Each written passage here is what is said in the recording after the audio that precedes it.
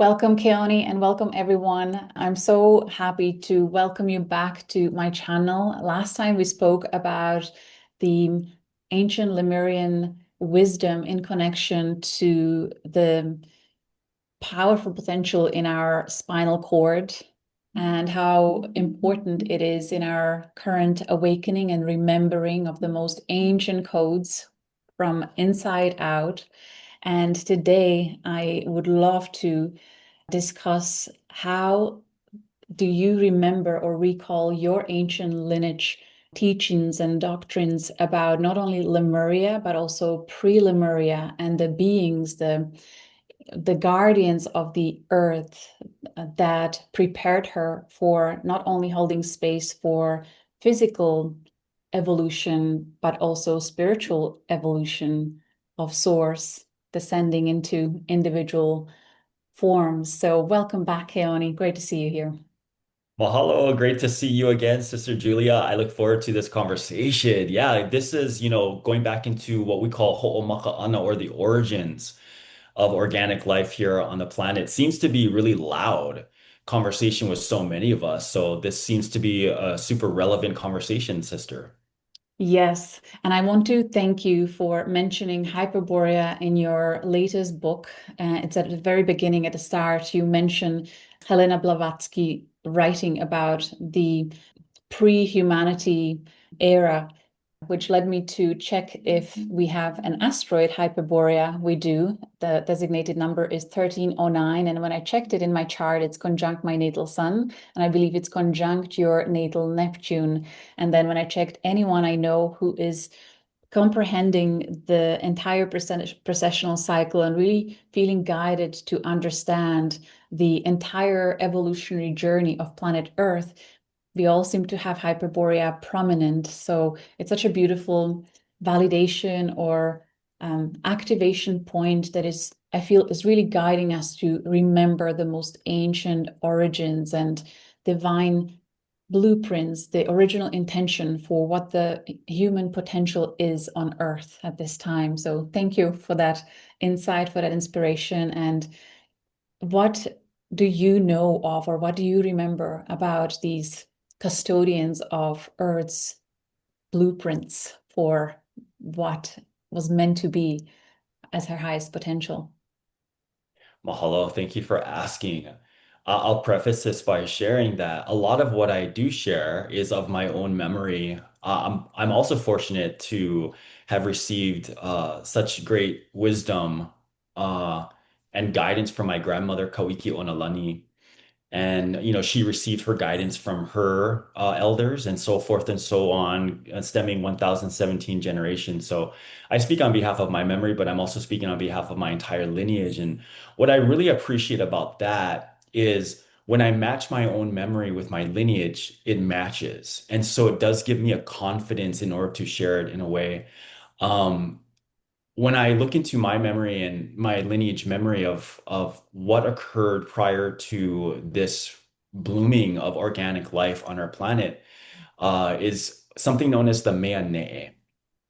And the Mea Ne'e are these plasmic ancestors, and we consider them ancestors because they are the founders of the conditions for organic life.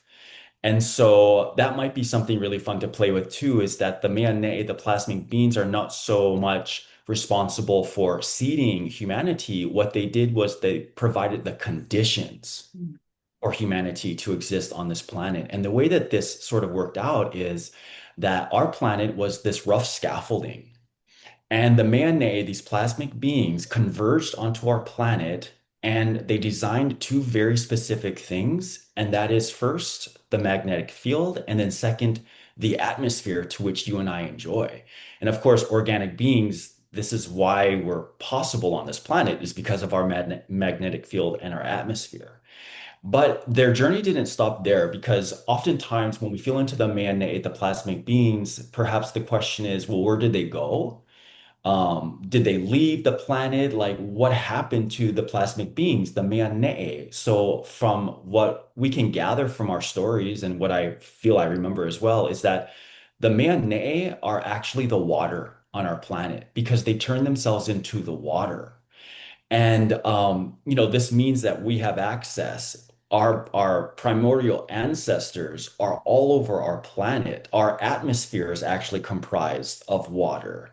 And so the Miane, our plasmic ancestors, have never left. They also exist within us. And, with the work of Veda Austin, coming into recognition of just how brilliant water is and that it's a master record keeper and not just a record keeper, but it allows itself to be coded. It's amorphous in many ways.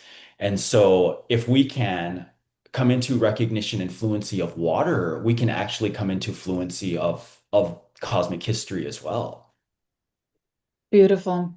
That was one of the revelations I had during a dream when I was contemplating Hyperborea connection to Lemuria, Atlantis, and current age very intensely for numerous days. And then in the middle of a night, I was awoken, and this very similar message came through where my attention was brought to the beginning of Earth's journey when she was held by these plasmic beings, being prepared for the spark of source coming through and assisting her in being the guardian for not only physical evolution, but also spiritual evolution of soul's fragment in individual beings. And I would love your view on how this plasmic energy influenced Lemuria and how it was very alive or dominant during Lemurian era in comparison to the Atlantean era that feels symbolically more crystalline, and then perhaps even extending that to all the way to today. How do you feel? Where do we stand in terms of the plasmic crystalline? It feels like we are called to come full circle, embodying the paradox of both and neither, being very fluent in our remembering and awakening connection to all that is, but also holding that individual structure of our unique puzzle piece that we play in cosmic harmony. Yeah, the story of humanity is a story of materialization. Mm. And what the Mane did was they provided these conditions for us to begin this experimentation of what it means to materialize. Because in order for us to spiritualize, we must first fully materialize. Mm. And so with Lemuria, with Mu and Atlantis, they have very different approaches to the process of materialization, so much so that they actually function as alternating currents. Mu or Lemuria is one half of an alternating current, and Atlantis is another half of an alternating current. And so they must actually spin in order to complete the actual materialization process. So we come into spiritualization. I want to preface first by sharing something unique about what the Mane gathered upon Earth in order to provide the conditions, because you said spirituality as well. Because when we talk about the magnetic field and the atmosphere, that can feel a little technical, perhaps a little mechanical. And of course, it's necessary because we're coming into materialization, but there's also a spiritual component that was brought upon the earth as well. And in the story, in the doctrines, before the Mayanee came onto Earth, they went to two separate places in order to harvest certain kinds of energy. First, they went to Mars, and then they went to Venus. Upon going to Mars and Venus, then they came to Earth. What we perceive that they are doing is that they were collecting these alternating currents of feminine and masculine energy. And so spiritually, for you and I as human beings and all organic life, we have this alternating current of feminine and masculine energy. Now, the goal for us is to take that energy of feminine and masculine energy and spin it so fast that we come into an androgynous or holistic self.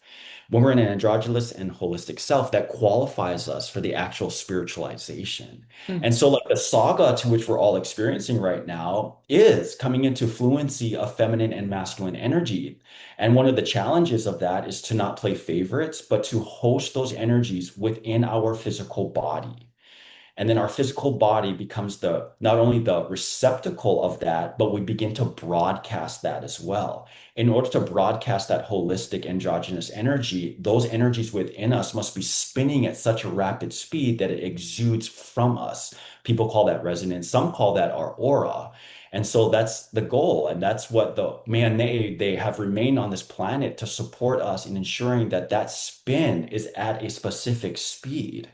What I perceive to have happened when we transitioned from Lemuria into Atlantis is that spin got so slow that it fell to one side, thus splitting us in actual genders. And so the Atlantean experiment that we're all having in this materialization is now the bodies to which we exist in right now, which I'm a gendered male, you are a gendered female, that shouldn't disqualify us from being fluent in both feminine and masculine, but we perceive that many have that experience of thinking that because we are a certain sex or gender, that means we must favor one half of us and then maybe even dismiss the other half. So we're perpetuating this slow speed to where it's fallen on one side. And I love to share that because many people will have memories about the fall of Mu or the fall of Lemuria. And oftentimes that is accompanied by this discussion about war. Now, in my memory, and when I retrieved the information from my lineage, there was no war in Mu. It's actually inconceivable. That was a civilization that they could not have engaged in war because they could not have designed such a thing. And so the fall was what I just shared. It's the spin was so slow it fell. That was what opened us up to the Atlantean timeline, the Atlantean civilization, to which, Julia, we are likely still in.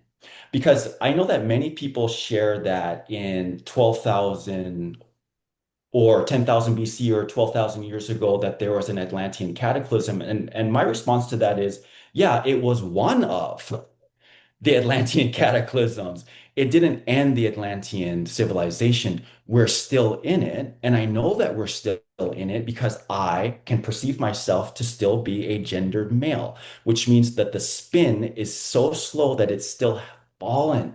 We need to pick up that coin once again, and we need to learn and remember how to spin it so that we come into our energetic androgyny, thus closing the circuit of Atlantis and Mu once again. We are harmonizing those two specific timelines in order to create an oscillation that actually is compatible and qualifies us for spiritualization. Amazing. They couldn't have been not fall completely, but destruction that was absolute or all-encompassing globally because there were survivors and the continuation of human consciousness on Earth was present all the way to today. And I feel there is a higher purpose to why collectively we are guided to remember the ancient times. We are, through our own remembering, we're actually helping Earth herself remember the entire evolutionary cycle and help heal the Akashic records and dissolve the pain of atrocities that occurred while she was going through the descent and sleep and the nightmare, symbolically speaking. I think it's not coincidental that modalities like QHHT, quantum healing hypnosis, and many other past life regressions, as well as spontaneous recalls of most ancient history, is happening in increasing numbers. Would you like to comment on that, the importance of it, and even how passionate you are about guiding people within their own records, within the spine? There's Mm. such potency in this. What do you feel is the true reason for it? Yeah, so much. This is so fun, right, Julia? Because um, if we are functioning as crystalline, this means that we're invited now to make an assessment of the crystal that is the self. And one of the things that is distracting us from that is this modern construct called academia, Mm. where many of us are being pulled out of our own crystal to examine other people's crystals. And thus we go into mimicry and plagiarism and whatnot when we're actually being invited to make an assessment of our own crystal, right? The origin is through us. From that proper assessment, then we come into actual spiritualization. And the reason why I want to share it like this is because when we go into the spinal cord, and just some background about the Ivi Kuamo, the spinal cord, is that it's the obelisk of the self according to Mu culture.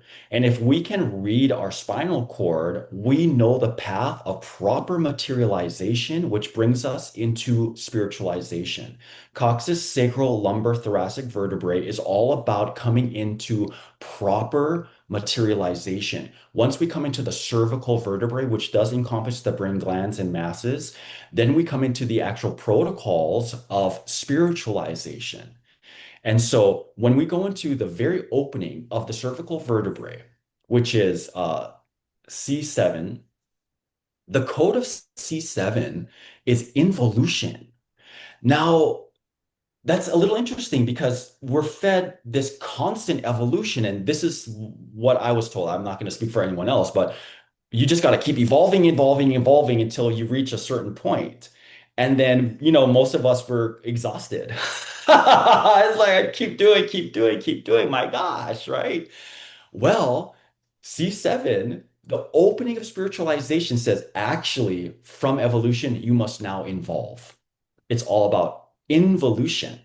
Yeah, which is actually asking us it's time to make an assessment. And so, no matter where you are in the world, you must now recompile yourself. It's like Isis, right? The story of Isis are about the dismembered body, having to bring that dismembered body back together. Yeah, that's what's happening in C7 is we must now reassemble ourselves and then read our crystal because our contribution is you and I making a proper assessment of our own crystal.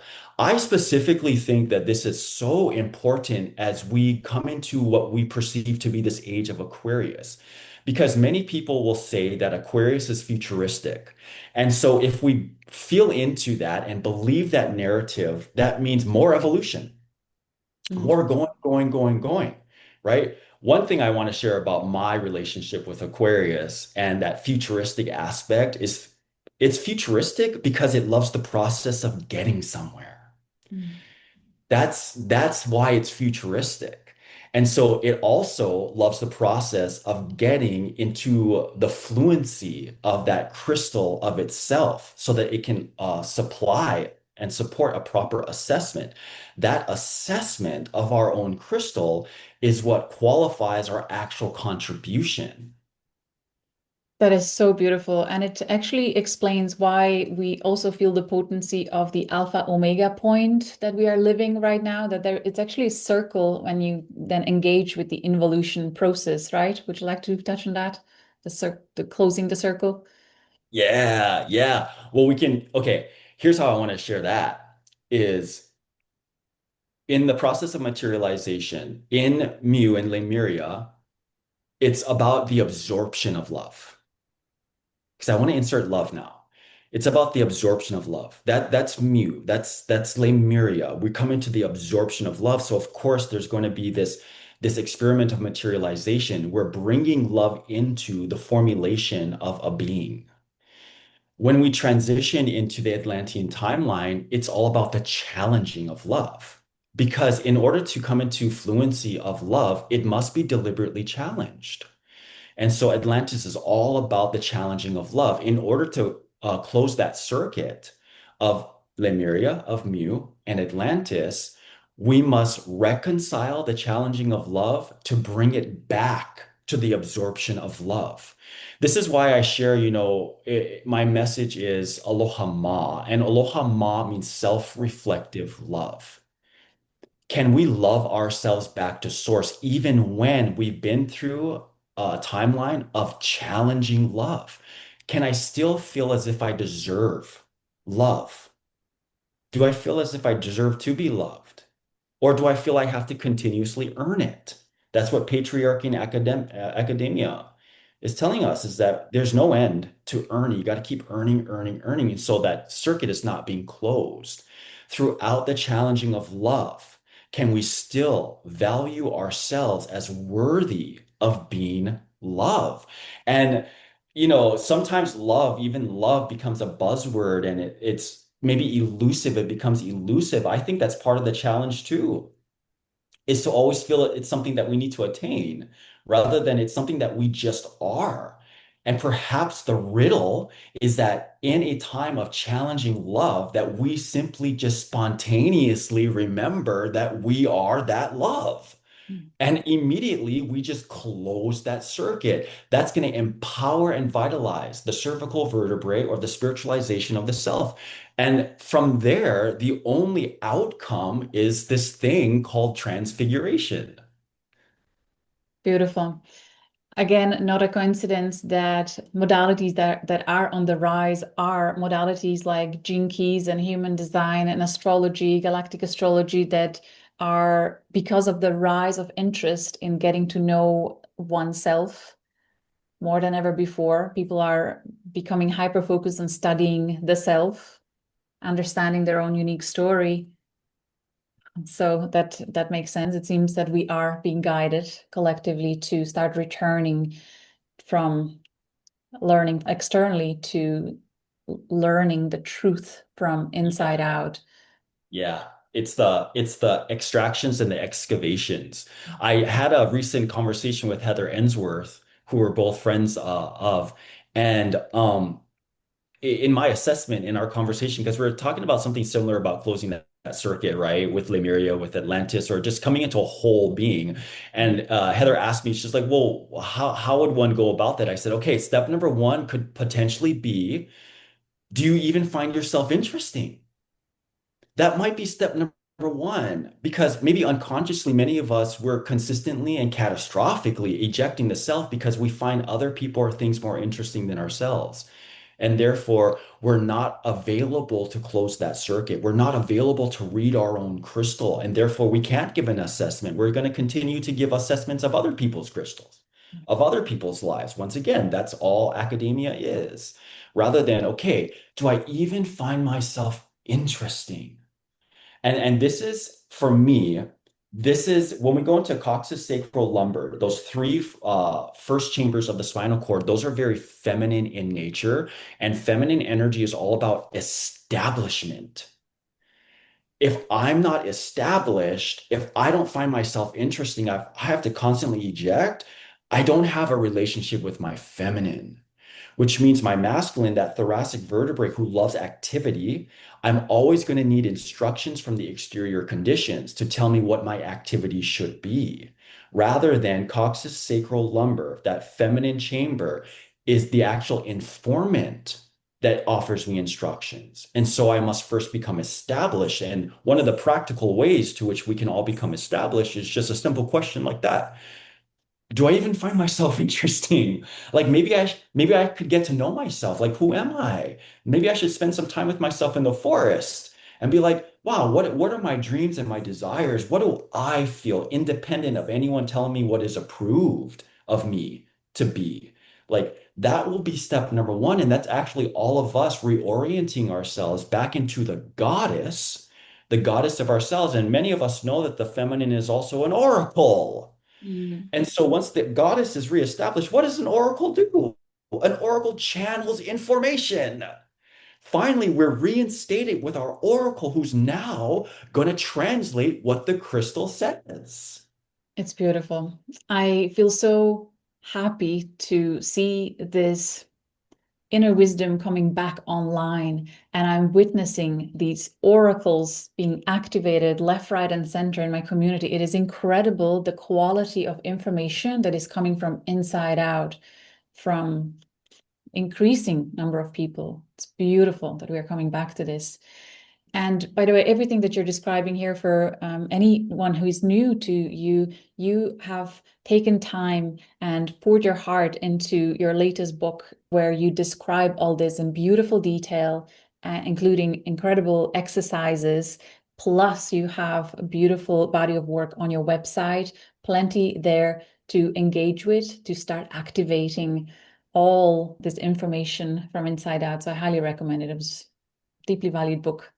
I actually look Uh, forward to reading it again and then uh, starting and practicing it too. Mahalo. Thank you so much, Julia. And yeah, I've retrieved this from my lineage and from the Mu doctrines, and coming into proper fluency of the spinal cord can do wonders for us coming into actual materialization, fulfillment of materialization, so that we qualify for the actual spiritualization process. Thank you. I think the key message that you feel so passionate about is repairing the hype about ascending spiritually, activating the third eye and all the higher senses while totally forgetting the body, the physicality and the materialization, as you say, right? Yeah, and specifically that groundedness is feminine. Mm, And so we can even see how we've been fed, the ejecting of the feminine by always focusing on things that actually take us into dissociation mm, rather than our groundedness. There's a word in Hawaiian and in Mu when we talk about the feminine. Sometimes it's poetically referred to as po'ai. Po'ai means sphere, it means a circle, but it also means domain. mm. And so coming back into our domain, right? Our groundedness, then from there we can begin to express ourselves from a place that is so incredibly authentic to us. And one fun thing that we may begin to realize, just like you're sharing about the oracles are coming online, yeah, for sure. And as the oracles come online, we're going to realize that there's actually about 8 billion approved calendars. What? Yeah, because each and every one of Like, us well, of course. yeah, actually has our own specific calendar. What happened in Atlantis Mm, is that there was a consolidation, an agreed upon calendar mm, to where everyone became submissive to. mm, In Mu, because when I speak into Mu and people want me to give dates, I'm like, I can give dates that can match to what we perceive to be dates and time, but they existed in a time that was very different because they all knew themselves to be their very own calendar. And to think that the beings could actually coexist like that without going into dissociation, but honoring themselves as a calendar, honoring one another as a calendar. And that's likely because, right, they were informed by that specific being, that thing that existed within them. Rather than with Atlantis, remember, it's all about the challenging of love. And so now, we're being removed of the body and then taking cues from something that exists outside of us, which is just a part of the challenging of love. And I want to share with Atlantis. And oftentimes when I speak into Atlantis, maybe some people think that I am, in some way displeased of it. No, Atlantis was incredibly necessary. Remember, this is an alternating current. Atlantis is a necessary alternating current. Challenging of love, we must experience this. And so I'm so grateful to the immense creativity of Atlantis and how it actually asked us, it said, how would you love to challenge love?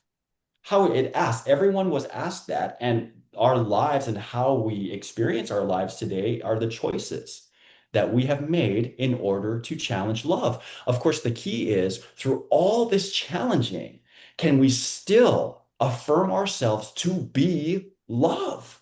Because mu Lemuria is the absorption of love. And so with C7 saying involution, okay, we've gone out there, we've looked around, right? We've been curious. It's time to come home and make that assessment and thus close the circuit. Precisely. So beautiful. Yes, the understanding the difference between love that has not yet experienced the fullness of creation in the physical realm that is deeply polarized, didn't yet experience the contrast, and didn't yet experience the absolute freedom of choice and the full playground that Atlantis offered us.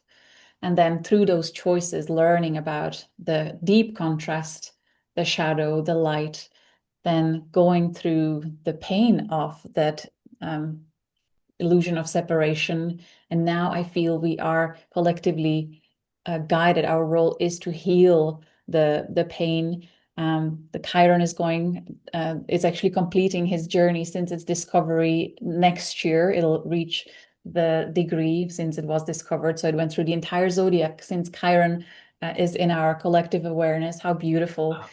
And the result, as we collectively help with the healing and enlightening the records and returning to the center, becoming the activated oracles, it feels like we can finally experience the actual original intent for what the potential for human vessel is for spirit, how Yeah. to experience itself as an awakened avatar. It feels like we have Wow. so many masters walking this earth in the awakening process. I mean, yes, sister, that's fascinating. So Chiron is closing its own circuit. Yes. Wow. Wow. And I love the sophistication of that, right? Because of course Chiron has existed for eons, right? But our recognition of it coincided with it now being able to close the circuit. And so there's so many signs that tell us that humanity is coming into a point of completion. Mm. And we're all being encouraged, right, to come back into the absorption of love to complete that Atlantean timeline. And once we complete that Atlantean timeline and we reunite with that new timeline, that is the completion event in total. And so it really feels like we're on that path right now of this collective transfiguration. Mm. And it would make sense that what we are going through is necessary if the prophesized 1,000-year-old peace is to come, right? There can be no global peace unless the wounds are healed, the lessons are integrated, the love is experienced, sovereign, and we know each other as one and the same, reflected into infinity.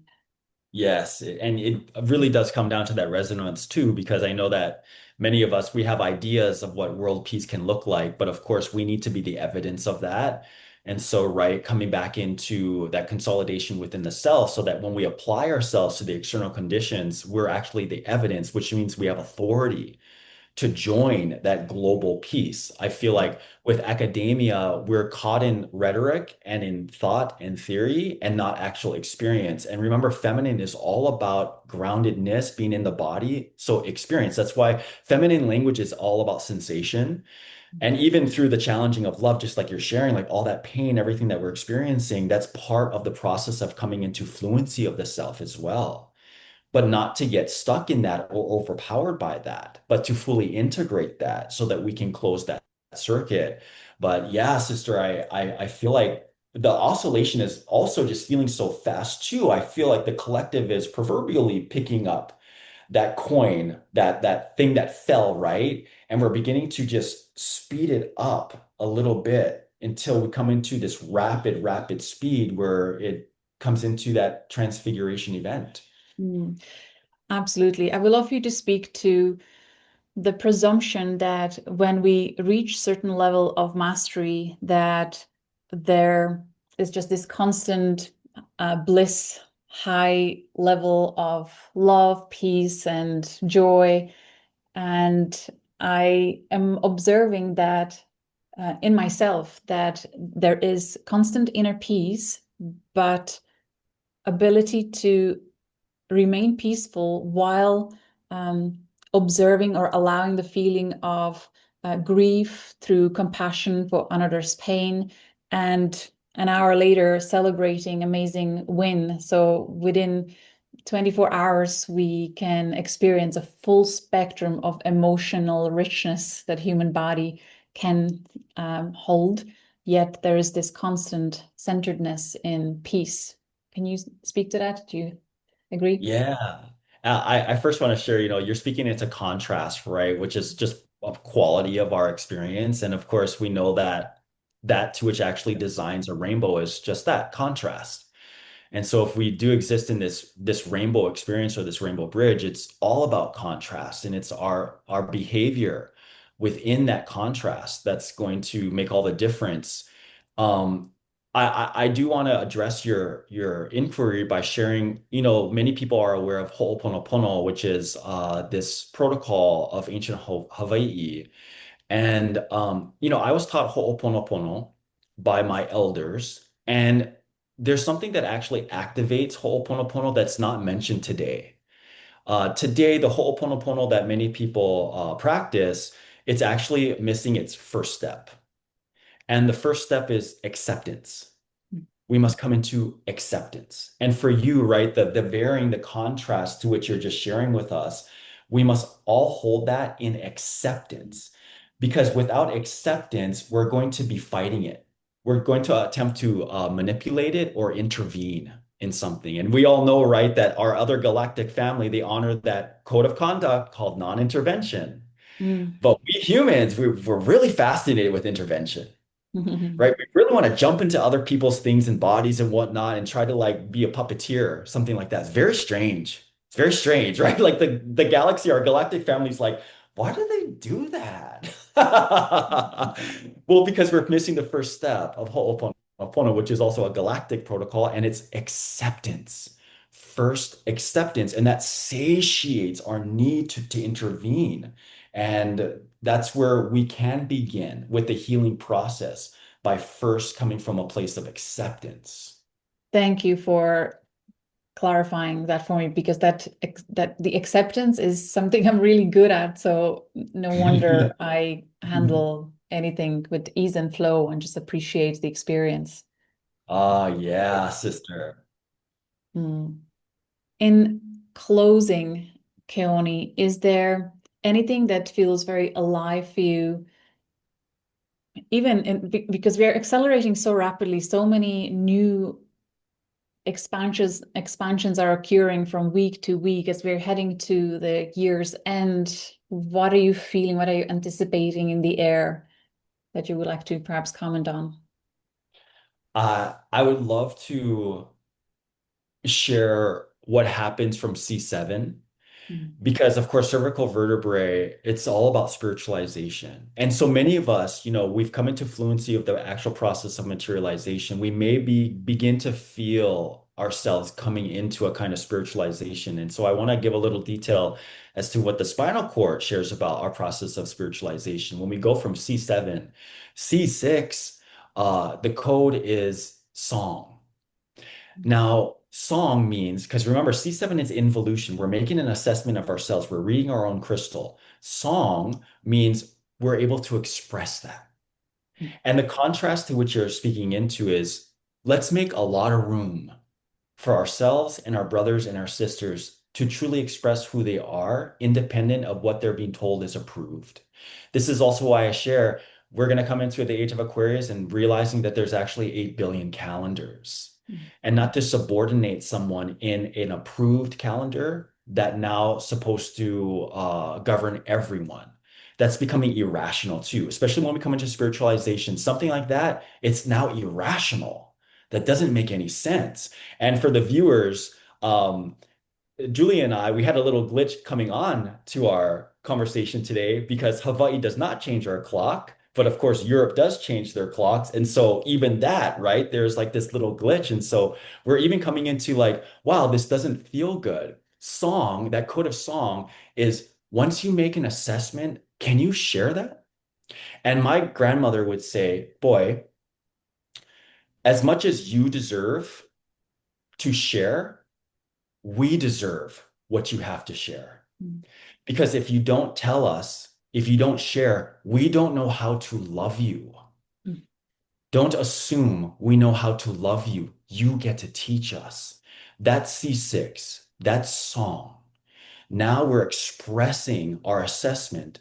When we go to C5, the code of C5 is miracles.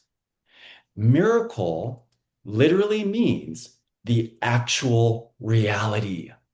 Because once I express who I truly am, guess what's going to happen? Because the universe is diplomatic, it's finally going to meet me. Mm. Because a majority of my adolescent and adult life, I was always depleted and exhausted. And I said, why do I have this experience? And I said, oh, it's because when I wake up in the morning, the first thing I think of is, how do I need to adapt to the world? What do I need to do to please the world today? I forgot that the world can also adapt to me, but it needs me to be able to express who I am because the universe is friendly. It wants to meet us where we are, but we have to speak up. And so with that song, we're finally sharing, this is who I am. This is how I'm properly loved. Miracles comes in, the perspective, the flavor of our reality is going to change drastically because the world is going to adapt to us as well. And from there, Then we go into full on spiritualization. But those are like, I would say those first three codes are so incredibly important to begin an oscillation of speed. The first is involution. Please, let's all make an assessment. Let's come and read our own crystal. C6 song. Once I've made that assessment, can I express it or am I going to hoard it? I'm going to be brave and I'm going to express who I truly am so that the world and everyone in the world and this universe knows how to properly love me. C5, the miracle occurs when the actual reality of this universe actually comes into view because it's also meeting me. I'm not always having to meet the world. Power must be met with power as to ensure that nothing or no one is overpowered. Profound.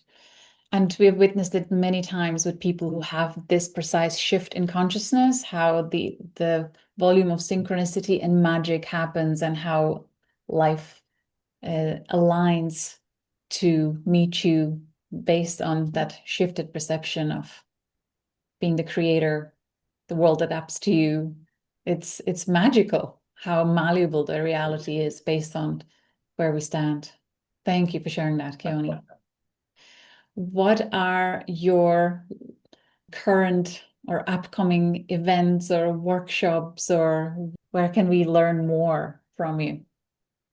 I have an ongoing free membership, virtual membership of Ulu, we've been discussing the spinal cord in today's conversation, and I go in depth into the technology and the spirituality of Ulu in this free virtual membership. Everyone's invited, and there's a lot of information, a lot of replays of previous ceremonies on that in that membership. And so I invite everyone from time to time. I intermittently do a live ceremony as well, invite everyone to converge. It's always really fun to come to the lives. We have a really huge group, and it's just nice to also hear. I love interaction when I'm facilitating, and so it's so beautiful to feel and to sense other people's experiences as they come into the completion of their materialization and the opening of their spiritualization. And that's something that's completely ongoing, this membership. So I invite everyone to join us. And then the Ulu book, to which Julia, you so beautifully and lovingly referenced in our conversation too, is also accessible. It's a great companion to the online, to the membership. And so I would invite people to pick up the book. I'm working on another book. So this Ulu book is a primer to a book that I'm currently editing right now about the genealogy of Mu. And so Ulu was a way to kind of put our toes in the water as I bring my entire ancestral and my own spiritual memory of the civilization of Mu to the forefront. Beautiful. When I was reading the book, I was imagining what it would be like to read it as someone who didn't yet hear about what you're teaching. And it is brilliant foundational work that is such an eye-opener, such an expansion of consciousness in a very graceful, gentle, beautiful way. So it's wonderful to hear that more is coming. Yeah, you Oh did yeah, beautiful work. hello. Mhm. And I'm curious, Sister Julia, we opened our conversation with talking about Hyperborea and I shared about the man and I just know that you're so grounded and you have this beaming crystal that you have access to. And just for my own sake, because I'm so curious, Sister Julia, is there anything you want to share about Hyperborea that feels so relevant for us right now? Thank you. Well, there is one information that I would love to share just from the conversation I had with Martha Alter Hines, which is now available on both our channels, where she had a conversation just before recording with me with a lady who speaks of her people of Scotland, speaking of the ancients, of the immortals in the north. They have a different word for it that escaped me, but essentially speaking of the Hyperborean mythology that it is linked to the genetics of the Scottish. And I believe, Keone, you hold that lineage, and so does Martha as well. And I'm not sure if I have Scottish, but I know I have Nordic. That it's I did the DNA check just to see if I have any Irish roots, but it's Nordic countries, so I might need to dig deeper. but it's quite fascinating that I wanted to share that with you, that there could be one more link, one more puzzle piece for you through that Scottish genealogy that you hold that is in fact connecting to Hyperborea, and the fact that it's conjunct your natal Neptune, there is something there for you, you That know? is fascinating, Julia. Thank you so much. This really deepens my expedition because so I'm friends with Matthias de Stefano, and he Wonderful. believes that the Scottish lineage or the Scottish code is that to which actually disrupted time. Ah, Time. And so like the Genesis, right? It's like something occurred, the Scottish lineage somehow activated the actual timeline mm. that we seem to be in right now. So this is just so fascinating. Yes, and I am half Scottish. So wow, yeah, fun. Thank you for sharing this, sister. Yes. I believe Matthias is kind of on a mission to correct the time or correct the error of something that occurred, right? It's Yep. amazing to watch his journey and the level of magic that he's experiencing. Yeah. Beautiful. I'm so glad to hear it. And for those who are hearing this for the first time, I also want to invite the viewer to watch the video presentation I did on ancient asteroids in our natal birth charts as a reflection to the memories of the ancient Lemuria, Atlantis, and ancient Egypt, where the first case study that I presented was Keone's chart. And um, something that I didn't include in my research, but just knowing that Keone, your very first living recorded ancestors had the North Star Alpha Cephei Mhm. that they held as their North Star. And for you having that North Star conjunct Eris, I believe, in Aries, so that was another beautiful validation of you actually holding. So now from both ends, the ancient Lemurian through the your family's lineage North Star through Eris and Wow. Neptune through the Scottish and the Hyperborea. How amazing. That's so amazing. And thank you so much, Julia. You're such a maestro when it comes to decoding someone's chart. And so like, yeah, I would, if the audience, if you have not had the honor of Julia guiding you through your chart, because Julia goes into like the mysticism, like the things that are hidden in your chart. And yeah, sister, when you open that up, it was just like it just got offered me so much. I felt so much more connected to my lineage because of what you uncovered. And so I'm so grateful to you, sister. Thank you. I wanted to ask about that. What was the effect of that? So would you say if there was any lingering doubt in you that it was just cleared as a result? Like absolutely cleared, no obstruction whatsoever. Yeah. Beautiful. What an honor, what a privilege to be able to comprehend this and seeing these clues. And I always guide my students who are passionate about this type of work, just let your natural curiosity to guide you. That's how I roll, and that's how everything is revealed. So it's just beautiful. Thank you, Kenny. This Oh, is fun. And thank you all for joining us, for listening. Let us know in the comments how this resonated with you and where are you at in your current journey of remembering, of returning to your center. What are you remembering? What are you awakening? Thank you for helping through your own healing, through your own remembering, making it easier for everyone else. I feel there is a ripple effect. The more of us start embodying this understanding, the easier it gets for everyone else, right? The epiphanies and activations and integrations seem to be happening faster and faster. Are you noticing that in your community too? most certainly. Yeah. And with cohesion as well, which is so great. Yeah. Mm, beautiful.